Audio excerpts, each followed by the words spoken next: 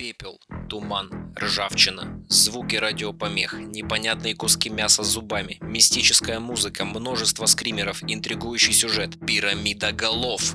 Все это, конечно же, серия игр Silent Hill, произведение японской компании Konami Corporation в жанре survival horror. Ранние игры данной серии принадлежат к наиболее ярким представителям жанра, во многом определившим его развитие, как и Resident Evil.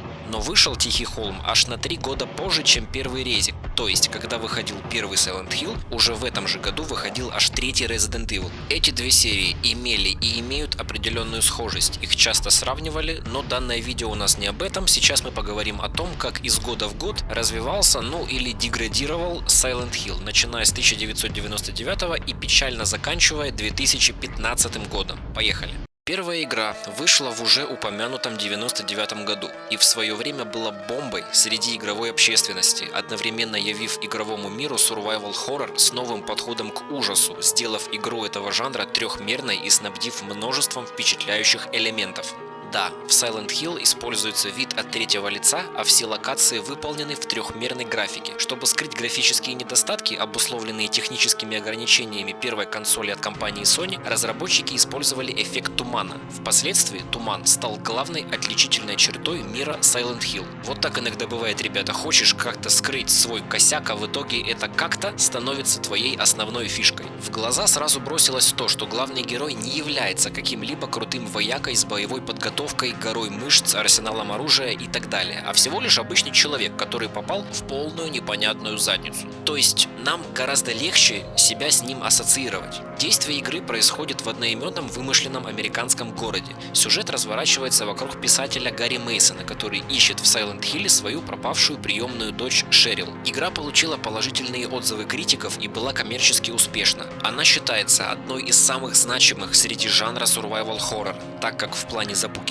игрока способствовала переходу от приемов фильмов категории Б к психологическому аспекту ужасов. Если вы играли, то вы понимаете, о чем я. Пугающее окружение и музыка как будто проникают в глубины вашего сознания и остаются там даже тогда, когда вы уже отложили геймпад и пошли по своим делам. В процессе игры Гарри приходится противостоять монстрам с помощью холодного и огнестрельного оружия, которое иногда встречается в локациях. Поскольку герой является обычным человеком без каких-либо серьезных боевых навыков, стреляет он не точно. Он также не способен выдержать много ударов от монстров, а после продолжительного бега у него сбивается дыхание. В начале игры Гарри подбирает небольшой фонарик, который умеет освещать путь только на пару метров вперед, а также карманное радио, начинающее шуметь при приближении врага. Если найти соответствующий предмет, далее в любое время будет доступна карта локации, однако Гарри может смотреть карту лишь при достаточном освещении. По мере прохождения игры на картах отмечаются запертые двери, препятствия и текущие цели героя. Видимость в Silent Hill очень низкая из-за густого тумана и тьмы. Последняя преобладает, когда локации изменяются и превращаются в так называемый иной мир. В Silent Hill доступно 5 концовок, что побуждает игрока снова и снова возвращаться в этот мир и совершать другие действия при прохождении.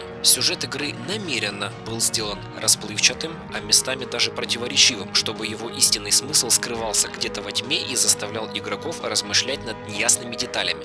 Музыку к игре написал Акира Ямаока, который присоединился к проекту после того, как команду покинул изначально назначенный туда композитор. Ямаока также занимался созданием звуковых эффектов и мастерингом. Он писал музыку, не видя собственно игровых сцен.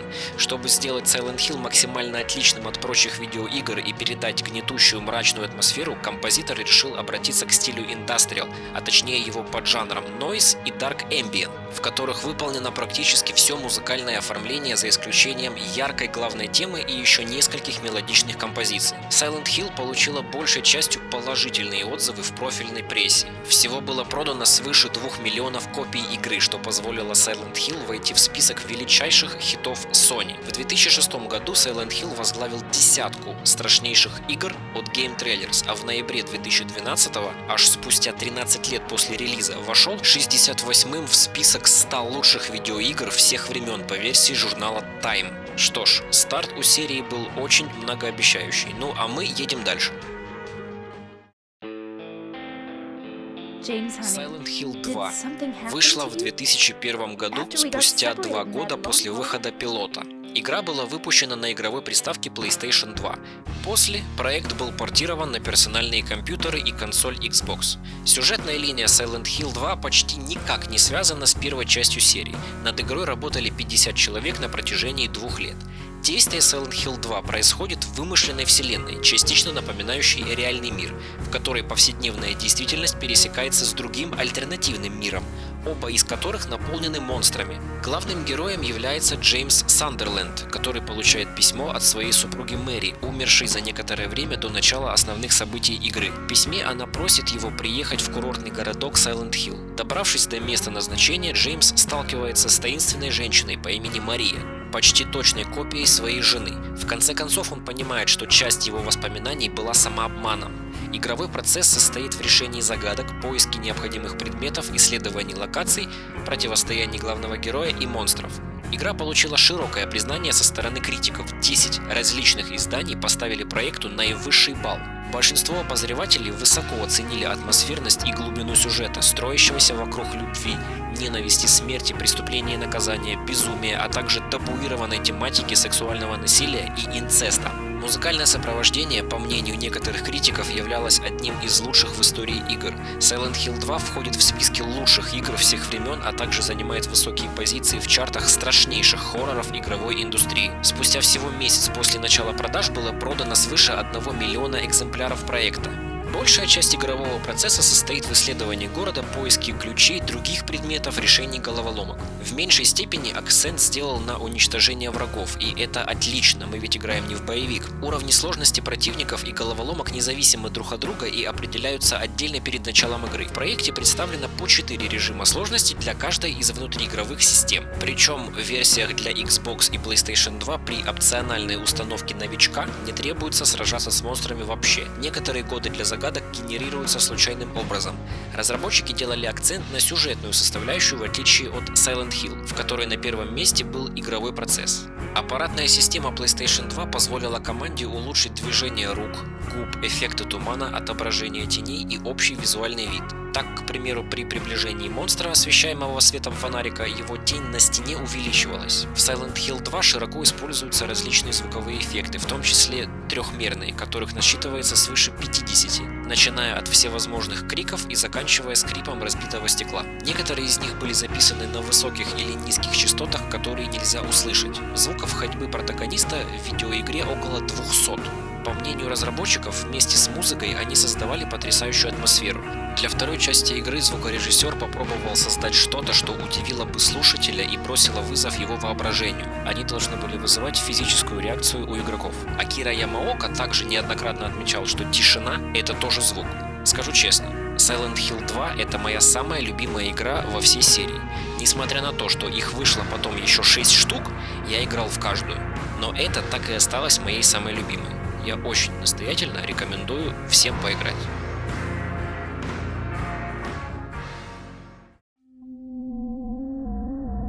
Silent Hill 3 вышла в 2003 году. Японцы взяли неплохой темп, выпускают наш любимый ужастик раз в 2 года. Игра является прямым сюжетным продолжением первой Silent Hill. Она была выпущена на игровой приставке PlayStation 2. Сеттингом Silent Hill 3 является вымышленная вселенная, частично напоминающая реальный мир, в котором происходит пересечение повседневной реальности с другим альтернативным миром, наполненным монстрами. Действие игры стартует спустя 17 лет после окончания первой части, в которой Гарри Мейсон после уничтожения бога культа забирает с собой маленькую девочку. Главной героиней игры является молодая девушка по имени Хизер, сталкивающаяся с погружением в мир своих собственных страхов как в неназванном городе, так и в таинственном Silent Hill, куда Хизер отправляется в поисках разгадки происходящих с ней событий. Она обнаруживает, что культ планирует использовать ее для рождения бога и становится участницей нарастающего конфликта внутри оккультной организации. Подобно другим играм серии, Silent Hill 3 использует тематику мистического хоррора и характерные для фильмов ужасов приемы его подачи, повествуя о людях, попадающих в наполненный кошмарами потусторонний мир. Игровой процесс состоит в решении загадок, поиске необходимых предметов, исследовании локаций, противостоянии главной героини и монстров.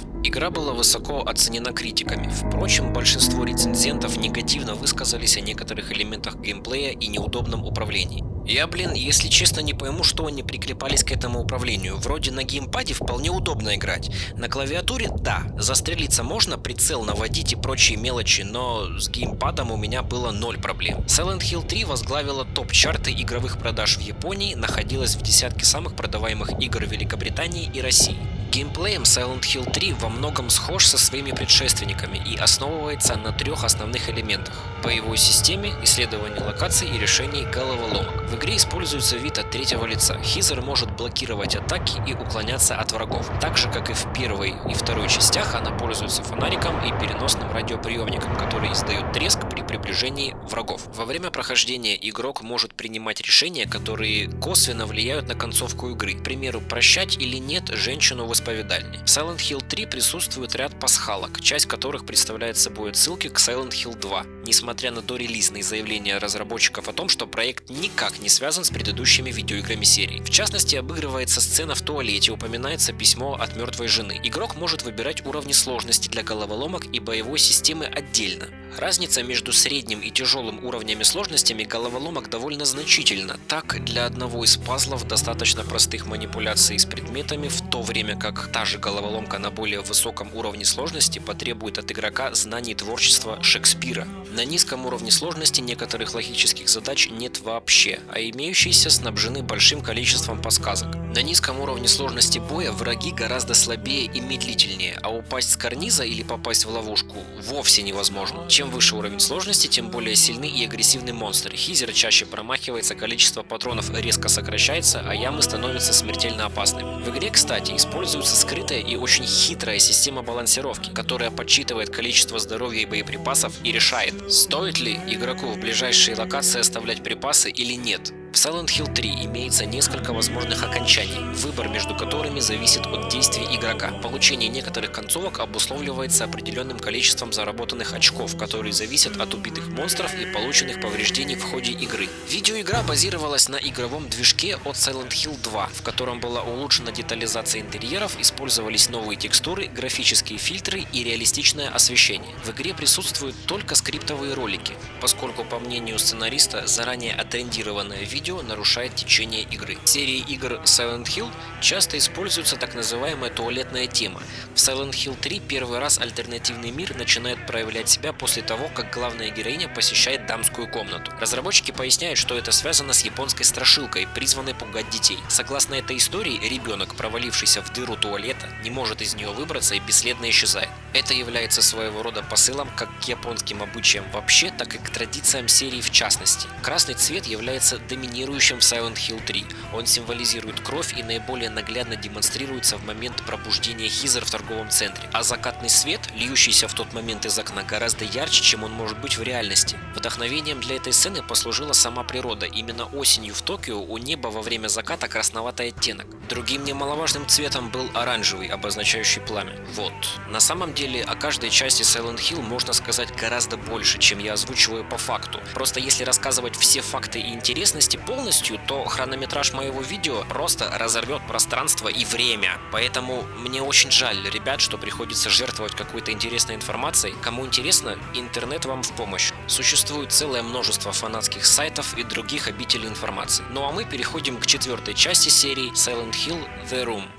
Она вышла спустя всего лишь год после 3-й части. До этого Konami выпускали «Тихие холмы» раз в 2 года. Что же изменилось сейчас? На самом деле, до хрена. Об этом сейчас подробнее. Я эту игру и люблю, и ненавижу. Люблю за некоторые нововведения, которых доселе не было в серии, и ненавижу за ее тупые правила. Что ж, игра вышла сразу на ПК, Xbox и PlayStation 2. Сеттинг игры наследует основные элементы серии и представляет собой некий аналог реального мира, содержащий множество мистической атрибутики. Действие игры разворачивается в городе Эшфилд, находящемся недалеко от Silent Hill. Происходит в реальном мире и мире сна и сосредоточено на главном герое Генри, пытающемуся сбежать из запертой квартиры. просто в один прекрасный, в кавычках, момент чувак проснулся у себя в квартире и понял, что он не может оттуда выбраться. На двери дохулион замков, окна заблочены и его криков никто не слышит. Скажем так, это уже довольно странно, необычно и интересно. Сюжет Silent Hill 4 строится вокруг посещения иных миров, в которые протагонист попадает через странные туннели, образовавшиеся в его квартире. Исследуя миры квартиры, метро, леса, водной тюрьмы, здания и больницы, Генри пытается осмыслить происходящее,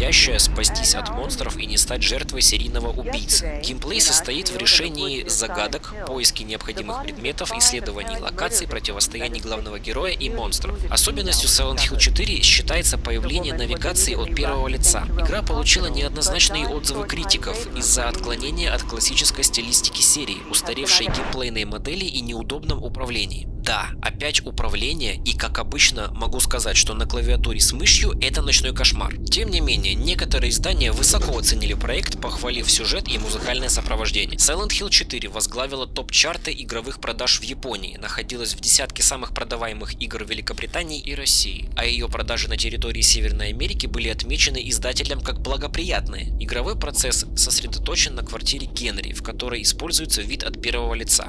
Дневник в квартире – единственное место сохранения в игре. В другие уровни протагонист попадает через таинственные отверстия, появляющиеся в ванной квартиры и в прачечной. В первой половине игры комната также излечивает игрока. Во второй половине Silent Hill 4 квартира охвачена призраками, которые вселяются в различные предметы или просачиваются сквозь стены. Игрок может наблюдать сочащиеся кровью кран и глазок, самопроизвольное движение тапочек, хаотично включающийся телевизор, мяукающий кусок мяса и прочее. Призраков можно изгонять с помощью освещенных свечей. Медальоны дают временный иммунитет к их воздействию. В остальных уровнях в The Room используется классический вид от третьего лица. В проекте наличествуют 3 режима игры – легкий, средний и тяжелый. В отличие от других частей серии, инвентарь игрока ограничен, поэтому приходится оставлять вещи в комнате Генри. В Silent Hill 4 основное внимание уделено боям, вследствие чего сложные загадки в значительной степени упрощены. Боевая система игры во многом напоминает своих предшественниц с незначительными отличиями. У игрока есть доступ к разнообразному оружию ближнего и дальнего боя. Да, внимание уделено боям, но они очень корявые и мерзкие. В процессе боя неудобно абсолютно все. Целиться, перемещаться, выбирать между целями, попадать в эти цели трубой, клюшкой, битой и любым оружием ближнего боя. Особенно с собаками возникают большие проблемы. Кто играл, понимает сейчас, о чем я. Еще настоящую боль в заднице вызывали у меня призраки, которых нельзя ушатать никак, кроме как оглушить, чтобы он прилег, а ты втыкаешь в него меч. И делать на локации свои дела, пока эта тварь тебе не мешает своими левитациями. Но стоит тебе достать этот самый меч, как этот мракобес воскресает и мешает тебе снова и снова, каждый раз, когда ты возвращаешься в одно и то же место. Меня адски бомбило от того, что я не мог просто их один раз убить, как это можно было делать во всех играх серии, и не париться, спокойно обследовать местность, решать загадки и так далее. Так, ладно, вроде меня отпускает. Вдох-выдох. Кстати, после релиза игры создатели сообщали, что чрезмерная зависимость от ближнего боя была ошибочной. Разработчики считали, что именно жестокая физическая расправа над врагом была одним из важных аспектов хоррор-составляющей серии. Поэтому первоначально в The Room количество оружия ближнего боя было значительно увеличено, а боеприпасы к огнестрельному оружию попадались чересчур редко. Однако подобная система приводила к тому, что игроки собирали патроны лишь для битвы с боссом, что делало пистолет, по сути, бесполезным видом оружия. Так вот, еще немного о геймплее. Если в комнате находится предмет, с которым игрок может взаимодействовать, то при приближении к нему в верхнем левом углу экрана появляется иконка с изображением глаза. Там же находится и полоса жизненной энергии. Таким образом, в угоду легкости игрового процесса, студия решила отойти от политики, согласно которой иконки не должны отображаться непосредственно в игровом поле, о чем впоследствии сожалела. Это уже далеко не первый момент, о котором Konami сожалела после выхода данной игры. Во второй половине игры протагониста сопровождает его соседка Эйлин, управляемая искусственным интеллектом. Игрок также может снабдить ее оружием. Количество повреждений, которые получает Эйлин, определяет, насколько быстро она погибнет во время битвы с Волтером Салливаном, как и в целом ее поведение в последней локации. Ее жизнеспособность в результате финального столкновения влияет на концовку игры. Общая продолжительность The Room составляет приблизительно 10 часов. Изначально Konami планировала разработать для Silent Hill 4 специальный игровой движок и выпустить игру на PlayStation 3. Однако задержка выхода новой консоли воспрепятствовала практической реализации идеи. Впоследствии разработчики заключили соглашение с Хидео Кодзимой с целью использования технологии движка Metal Gear Solid 3. Однако и от этой идеи было решение отказаться. В итоге в основе The Room был использован переработанный движок от Silent Hill 3. Но вот реально, ребят, у них очень много моментов полетели к чертям при разработке этой игры. Она и для меня вышла, пожалуй, самой неоднозначной. Многие журналы и обозреватели отмечали, что ресурсы консоли PlayStation 2 практически исчерпаны. Поэтому все, что остается разработчикам, это выжимать последние соки из старого движка и отчаянно дорабатывать анимацию. Кто не играл, поиграйте, если я вас не напугал своим мини-пробегом по данной игре. В Silent Hill так или иначе важен сюжет, а он там есть. На остальное надо взять и закрыть глаза. Ну да, ребят, нужно и такую суперспособность у себя в жизни заиметь и пользоваться, ибо мир наш далеко не идеален со всех сторон. Идем дальше. Silent Hill Origins вышла в 2007 году и была разработана для PlayStation Portable. Является пятой частью в серии Silent Hill. В марте 2008 года была переиздана для PlayStation 2. Сюжетно является приквелом первой игры серии. Описываемые в ней события происходят за 7 лет до событий первой Silent Hill. Геймплей во многом остался схожим с предыдущими играми серии. Игрок исследует окружающую среду и место действия, ища ключи и подсказки, чтобы найти Алессу и вспомнить свое прошлое. Но есть и существенные изменения в игровом процессе. Теперь геймплей во многом опирается на борьбу с монстрами и разгадывание головоломок. В игре имеется огнестрельное и холодное оружие. Также в близком бою можно использовать различные бытовые предметы, что является нововведением. Если нет оружия, Трэвис может навалять по классике одними кулаками. Также герой может повернуть голову к предметам и подсказкам, чтобы сообщить игроку, что объект может быть поднят. В игре используется камера от третьего лица с перемещением ракурса. Для проверки состояния здоровья Трэвиса игрок должен зайти в инвентарь. Однако, если здоровье Трэвиса критически состоянии, края экрана начнут пульсировать красным цветом и будет слышно его сердцебиение. В альтернативную реальность можно попасть только с помощью зеркал, встречающихся в разных районах города. В конце игры открывается секретное оружие, бонусные костюмы для Трэвиса в зависимости от достижений в игре. Всего в Silent Hill Origins 3 концовки, причем одну из них можно получить, просто пройдя игру во второй раз. Origins, кстати, стала первой игрой в серии Silent Hill, созданной не собственной студией разработчиком Konami Team Silent, а сторонней студией Climax Group. Тем не менее, созданием игровой музыки занимался постоянный композитор серии Акира Ямаока. Кстати, вспомнил, вот буквально сейчас, даже в сценарий себе этот момент не прописывал, я прошел эту игру на PlayStation Portable в 2009 году, пока лежал 2 недели в больнице, причем прошел аж 2 раза. Делать было особо нечего, мне даже выходить толком нельзя было, потому что находился в инфекционном отделении на карантине, а на консольке была только Silent Hill и Tekken 5. Вот и играл по несколько раз. Она мне еще тогда очень понравилась, это правда очень хорошая часть серии, не лучшая, но хорошая. Silent Hill Homecoming.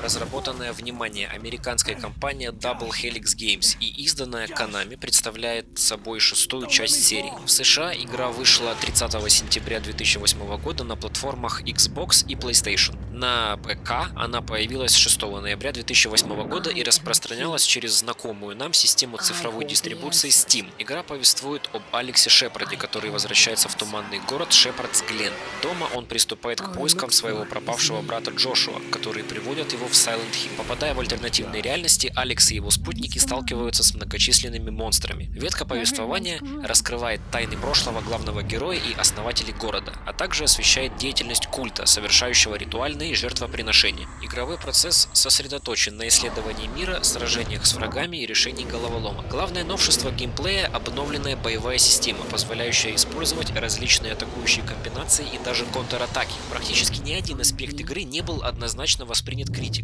Игровые обозреватели были раздосадованы сменой японского разработчика, за счет которого изменилась и направленность ужаса. Сюжет был охарактеризован как менее многослойный, не содержащий символики и не держащий в напряжении, но в то же время более внятный и соответствующий букве серии. Усложненная боевая система, перемещающаяся простыми игровыми загадками, показалась некоторым рецензентам неудачной из-за неудобного управления. Другие же остались ей довольны, отмечая большую подвижность главного героя и поведение виртуальной камеры. Музыкальное сопровождение в целом было названо удачным, но повторяющимся. Итоговое критическое восприятие оказалось двойственным и противоречивым. Многие сошлись во мнении, что игра, несмотря на свои положительные стороны, не является Silent Hill'ом в полном смысле этого слова. Некоторые обозреватели апеллировали к тому, тому, что изменения во франшизе неизбежны и их нужно принимать менее предвзято. Игра относится к жанрам боевика, третьего лица и ужаса. В проекте два уровня сложности – нормальный и тяжелый. При тяжелом уровне сложности в игре будут встречаться более сильные монстры, а боеприпасов и аптечек на локациях станет гораздо меньше. Эти градации не влияют на головоломки. Главный герой может находиться в двух режимах – мирном и боевом. В первом он быстро перемещается, во втором может сражаться, наносить удары и отклоняться от них. Удачное уклонение позволяет провести контратаку. Алекс может наносить два типа атак – быстрые оборонительного типа или сильные наступательного. Игрок также может добивать монстров ударом ноги.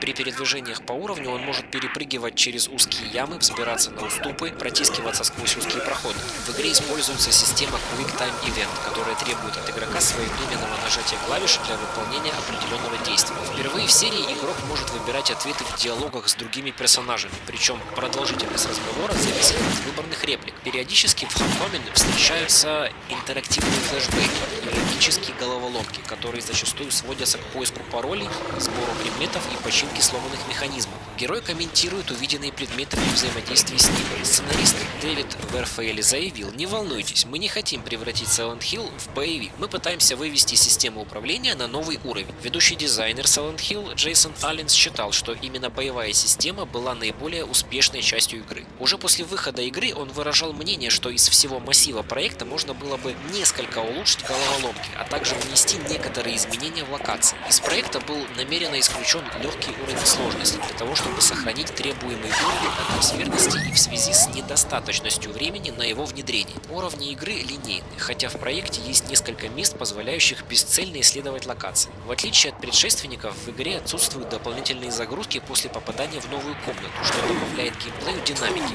Также многочисленные сломанные двери вызывали у обозревателей негатив. Многие обозреватели посчитали головоломки чересчур простыми, их называли как глупыми, так и убогими. Среди пазлов трижды встречались пятнашки, чья сложность увеличивалась за счет невозможности обнулить передвинутые костяшки в случае ошибки. Все квестовые предметы, необходимые для решения головоломок, зачастую находились в одной комнате, что не требовало никакого бэктрекинга. Выбор в разговорах с персонажами различных реплик зачастую ни на что не влияет, то есть наши ответы просто позволяют нам закончить диалог быстрее, пропустив какую-либо информацию. Некоторые отмечали улучшенное управление и поведение камеры, гораздо более удобное, чем ее кинематографические предшественницы. Иные рецензенты говорили о том, что мышь не имеет той роли чувствительности, которую обеспечивает контроллер, а управление не позволяет, сосредоточившись на враге, убегать, а не сосредоточившись, защищаться. Homecoming наконец-то стала первой игрой в серии, в которую стало удобно играть на компьютере с мышью и клавиатурой. Лично мне это важно, потому что в основном я только на ПК и играю. У меня есть PlayStation 3 и 4, но будем откровенными, на ПК графика гораздо лучше. Что ж, следующая часть игры — это Silent Hill Shattered Memories.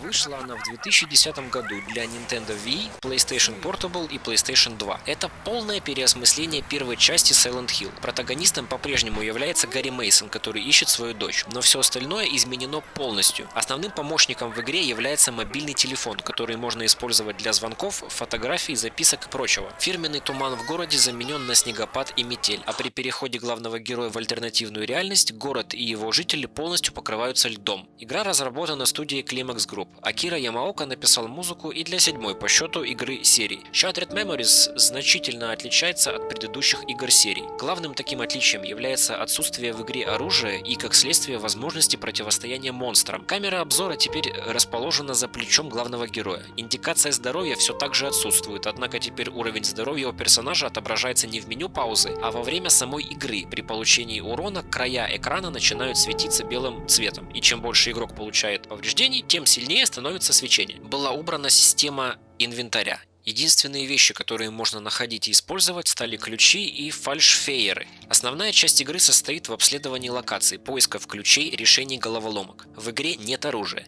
Гарри экипирован только фонариком и сотовым телефоном, с помощью которого можно просматривать карту, получать текстовые и аудиосообщения, фотографировать и звонить на любые номера. В зависимости от различных действий игрока, игра составляет психологический профиль, который будет влиять на внешний облик и поведение персонажей игры, концовку, облик монстров и интерьер ключевых локаций, а также на сообщения, которые Гарри находит в процессе прохождения игры. Когда игра переходит в режим «Кошмар», игроку приходится прорываться сквозь монстров, которых можно отбросить от себя, временно ослепить сигнальным фальшфейером или задержать с помощью подручных средств, но невозможно ранить или убить. Альтернативный мир разительно отличается от того, что можно было видеть в других частях. Вместо огня, окровавленных стен и ржавых решеток, обледеневшие улицы, холод и большое количество снега. Игра заканчивается просмотром старого домашнего видео из камеры Шерил, которое тоже зависит от личностных характеристик игрока. Во всех случаях фильм начинается одинаково. Показывают счастливых Гарри и Шерил, пребывающих в приозерном парке развлечений Сайлент Хилла.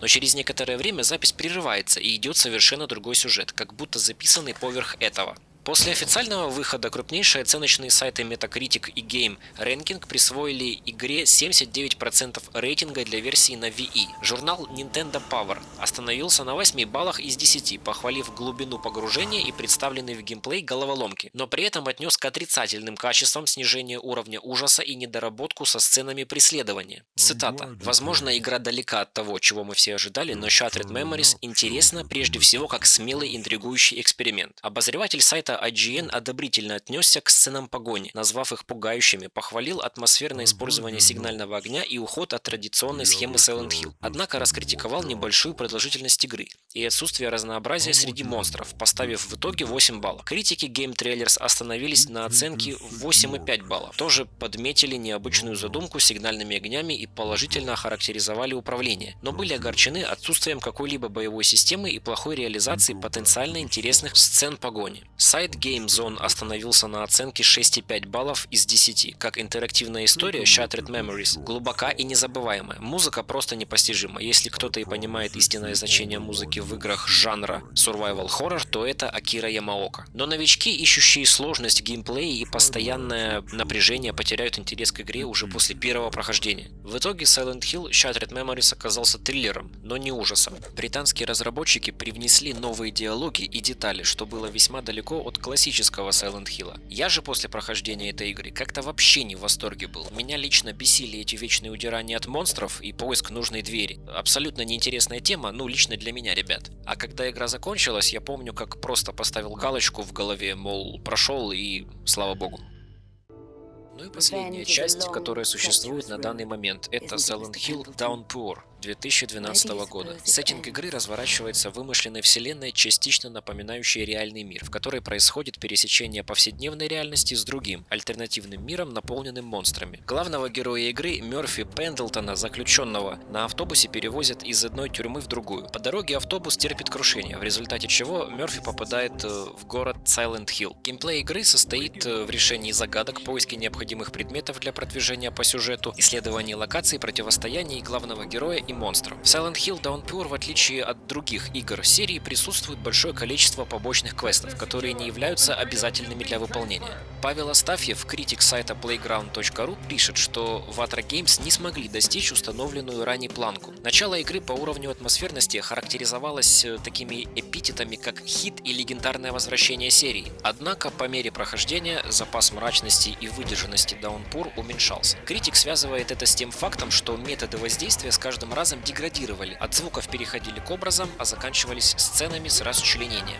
К минусам были причислены боевая система, дизайн монстров, визуальное исполнение, типичные загадки и самокопирование локаций. Более позитивно встречены интересные второстепенные герои, широкий выбор оружия, атмосфера отчаяния, работа со звуком и музыкой. Вердикт — это средняя игра, имеющая посредственное отношение к серии. Оценка составила 5,8 баллов из 10. Авторы портала игромания.ру, подводя итоги 2012 года, отметили: получилась просто глубокая, очень атмосферная игра, но никак не возвращение к истокам, и даже не Silent Hill как таковой. Я в эту игру также играл, но это единственная игра серии, которую я так и не прошел до конца. В какой-то момент я приостановил прохождение, а сейчас по одной неприятной причине не хочу возвращаться к прохождению. Но это никак не связано с самой игрой, а скорее с внутренней психушкой у меня в голове, но сейчас не об этом. Игра хорошая, лично мне зашла. Это как бы 2012 год уже был, Unreal. Графика с физикой вполне на уровне. Персонаж главный нормальный мужик, который может втащить. Просто, ребят, мне после прохождения Shattered Memories про этого ссыкуна, который, блядь, по 200 км в час на своих двух уебывал от дюжины мелких ублюдков, ну очень не хватало хоть какого-нибудь побоища. Нормальный сюжет, нормальный геймплей. Плохого ничего не могу сказать. Прошел примерно половину, может быть чуть больше. Кстати, сайт журнала Игромания по итогам 2012 года предоставил игре спецноминацию «Самая густая атмосфера». Что это значит,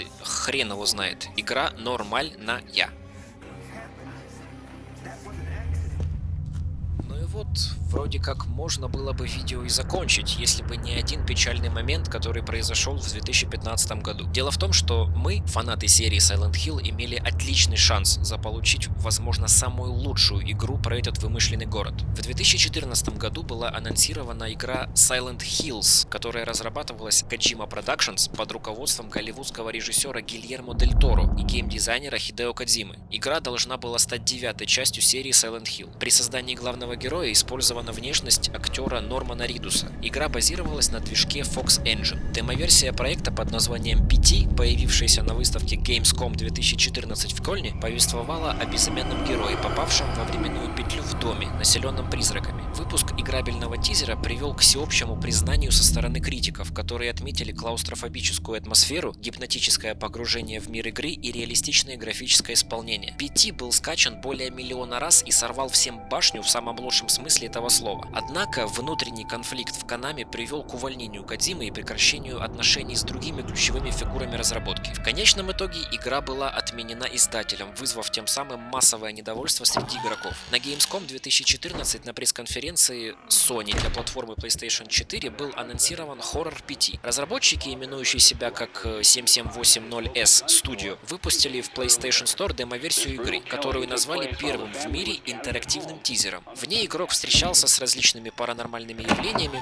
в том числе маленьким кровавым существом, шумно дышащим в раковине. Главный герой попал в петлю времени между 23:59 и полночью и исследовал мрачный дом, состоящий из практически одинаковых помещений, незначительно отличающихся друг от друга. Подсказки и намеки в игре были записаны на разных языках. Это было сделано для того, чтобы игроки разных стран разгадывали головоломки сообща. Последняя загадка была намеренно максимально сложной, чтобы как можно дольше сохранить в секрете новую часть серии. В радиотрансляции, которую игрок мог слышать на шведском языке, сообщалось, что в игре будут фигурировать пришельцы. Только пройдя демо до конца, можно было увидеть анонс новой части Silent Hill от Хидео Кодзимы и Гильермо Дель Торо с Норманом Ридусом, актером, известным по сериалу «Ходячие мертвецы» в качестве главного героя. В ролике было показано, как мужчина пешком пробирается по тихой, туманной городской улице. В финале было продемонстрировано настоящее название проекта Silent Hills, которое появлялось под музыкальную тему Silent Hill Акиры Ямаоки. О находке первой сообщила пользовательница сервиса Twitch под ником Soapy Warpig, которая выложила видео с прохождения. Кодзима был удивлен, с какой скоростью был разгадан завуалированный анонс, менее чем за полдня, когда он считал, что у фанатов на это уйдет минимум неделя. Интерактивный тизер намеренно сделали проще, чтобы история об инди-разработчиках казалась правдоподобной. Создатели специально снизили общее качество исполнения.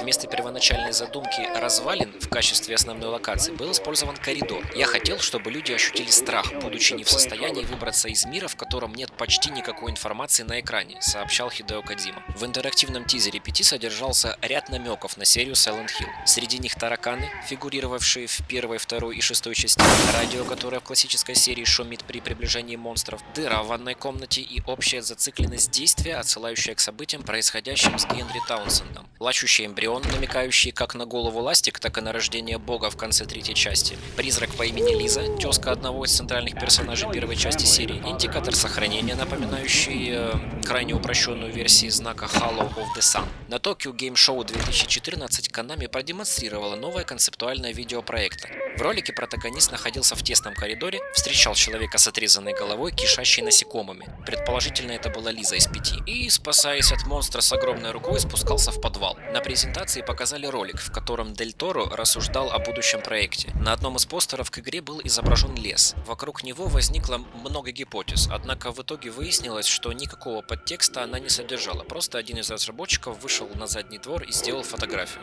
Друзья, я до сих пор не могу поверить, как можно было отменить этот шедевр из-за какого-то внутреннего срача. Вот очередной момент, когда о людях, о настоящих поклонниках творчества этих игроделов никто не подумал. Но они же могли сначала выпустить игру, потом разойтись. Все-таки она же, по их словам, была готова аж на 80%. Но в итоге случилось то, что случилось. Ну, теперь, ребят, напоследок небольшой слух. После выхода Death Stranding Кодзима заявил, что хочет теперь сделать самую страшную игру, аналогов которой до этого момента не было. Это его желание и цель на данный момент. А слухом является то, что Konami хочет возобновить работу с нашим гением и таки закончить Silent Hills. Но, внимание, это именно слух, увиденный мною где-то в недрах интернета. Но было бы очень круто, если бы это было правдой. Либо это все очень ловкий коммерческий ход, потому что уровень ожидания у поклонников уже просто зашкаливает и перевалил за все реальные и нереальные отметки. Да и уже очень давно как-то подозрительно не было новых Silent Hill'ов. Вопрос в том, чего же ждет компания Konami. Ну, будем надеяться, что мы все узнаем в скором времени. Ну, а теперь я точно с вами прощаюсь. Спасибо всем, кто дожил до этого момента. Всем пока, до встречи в новых видео.